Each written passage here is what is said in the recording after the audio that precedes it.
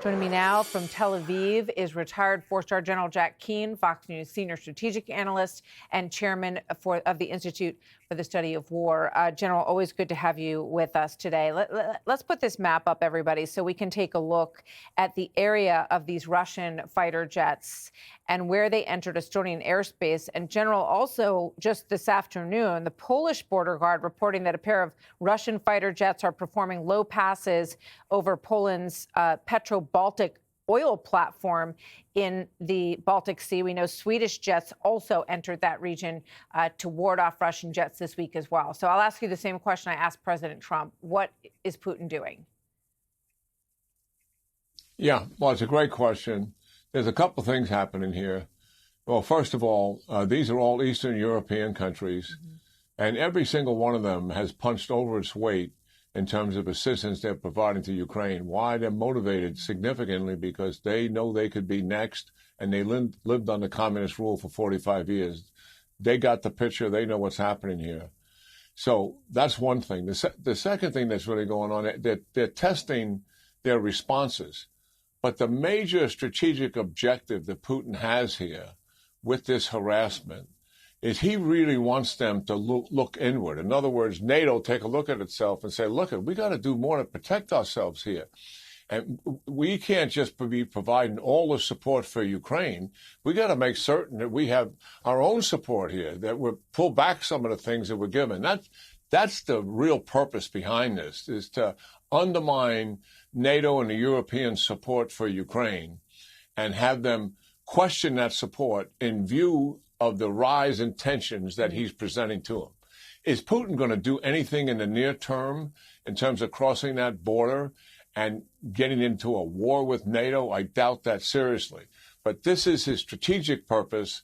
And, he's pretty good at playing these kind of hands. How do you deal with this thug who likes to throw his weight around? You confront him. And if they can continue to violate sovereignty and airspace, you shoot at him. And he'll stop. He doesn't want to go to war with NATO, believe me. So, with regard to what President Trump was talking quite a bit about yesterday, was this cutting off of energy, Russian energy that is still being bought. It's mostly LNG purchases, liquid natural gas purchases by a lot of countries in Europe. And he's saying, why are they funding the war this way? So Ursula von der Leyen, the EU president, said this morning. Watch. Russia's war economy is sustained by the revenues from fossil fuels. We want to cut these revenues. So we are banning imports of Russian LNG into European markets. It is time to turn off the tap. But it's not going to happen until 2027, General. What's your take on that? Well, first of all, let's applaud President Trump for putting his foot down here, something that should have happened right after the war in Ukraine started.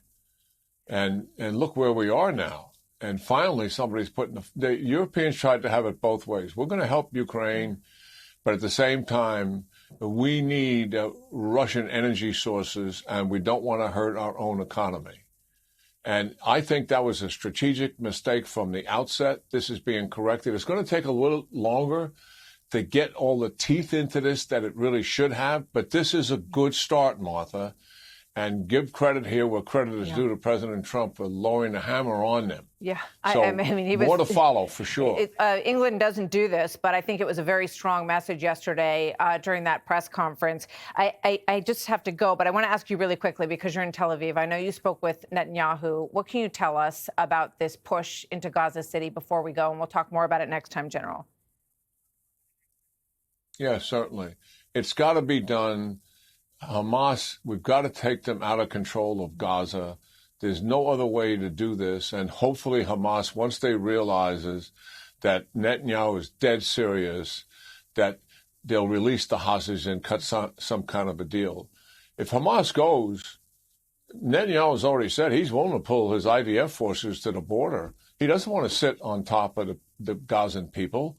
He wants somebody else to come in and work the governorship from that and possibly do some other things in terms of restoring Gaza or relocating the population. Yep. A lot of possibilities here. First thing, take take Hamas off of the governance and control of Gaza. It's got to be done.